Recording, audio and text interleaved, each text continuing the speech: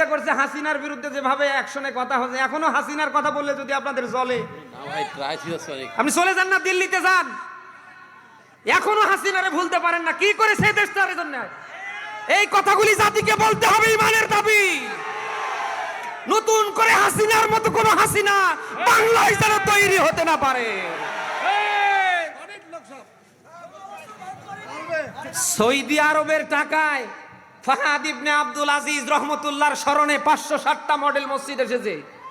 নাম দেবার কথা ছিল ফাহাদ ইবনে আব্দুল আজিজের, নাম দিয়েছে বঙ্গবন্ধু শেখ মুজিবের। আপনি তো মনে করেছেন এই করেছে সেই করে, দেশ তার 13টা বাজি ছেড়ে দিয়েছে। টাকা একজন আর বাবার নাম দিয়েছে আর একজন। জাতিকে এগুলো শোনাতে হবে না? কথা না বলে বুঝে কি করে?